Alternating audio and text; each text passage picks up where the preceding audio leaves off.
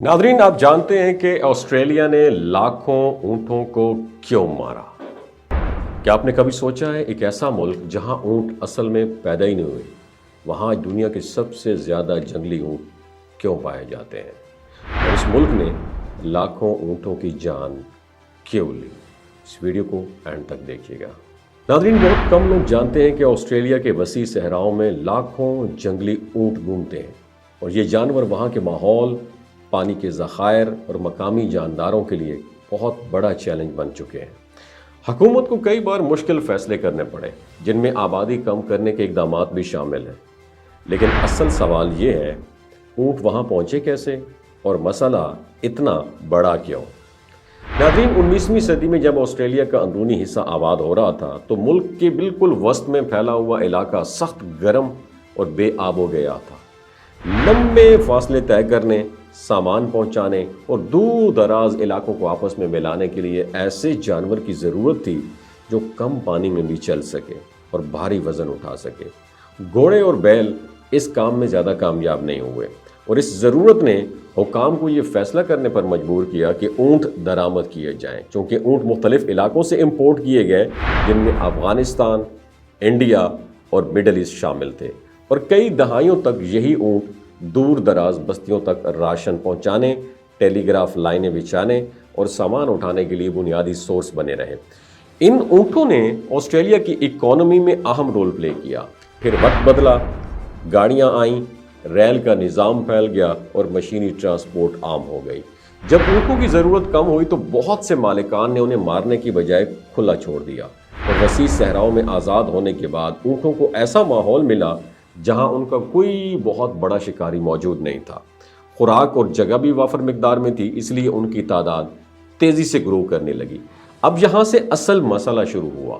2019 और 2020 में ऑस्ट्रेलिया में तारीख की बदतरीन आग लगी जो कई दिन लगी रही।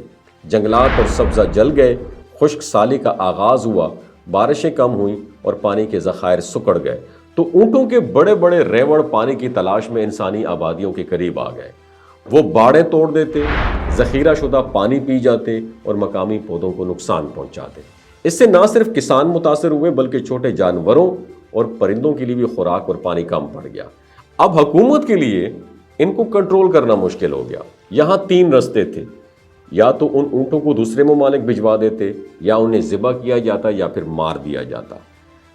अब पहले ऑप्शन में हुकाम के सामने इतने बड़े और दूर दराज इलाके में जंगली ऊँटों को पकड़कर मुंतकिल करना बहुत महंगा और ख़तरनाक काम था।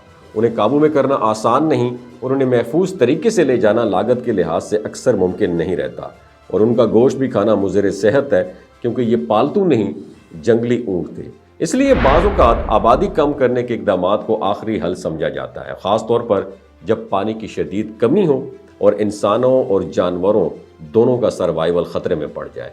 तो हुकाम ने तीसरा ऑप्शन चूज़ किया कि इन ऊँटों को मार दिया जाए। हेलीकॉप्टर में माहिर निशानाबाज सहरा में गए और ऊँटों के रेवड़ को निशाना बनाकर मारते रहे। लाखों की तादाद में ऊँट मारे गए, मगर अभी भी तादाद कम नहीं हुई। ये पूरी कहानी हमें एक सबक देती है कि जब इंसान किसी नए माहौल में कोई जानदार इंट्रोड्यूस करवाता है तो उसके असरात फौरी तौर पर नज़र नहीं आते, मगर वक्त के साथ वो पूरे निज़ाम हयात को बदल सकते हैं। ऑस्ट्रेलिया में ऊँटों की मौजूदगी इस हकीकत की एक नुमाया मिसाल है कि फितरत के तवाज़ुन में छोटी सी तब्दीली भी बड़े नताइज पैदा कर सकती है। और आखिर में एक और सवाल आपके लिए, अगर आप कि किसी इलाके में किसी जानवर की तादाद बहुत बढ़ जाए तो क्या ये बेहतर है उन्हें नए मुकामात पर मुंतकिल किया जाए, उनकी अफजाइश को रोका जाए, या माहौल को इस तरह बदला जाए कि तवाज़ुन खुद ब खुद बहाल हो जाए? सोचिएगा ज़रूर, क्योंकि यही सवाल दुनिया की कई खित्तों में मुख्तलिफ़ शक्लों में सामने आ रहा है। बहुत शुक्रिया, अपना ख्याल रखिएगा।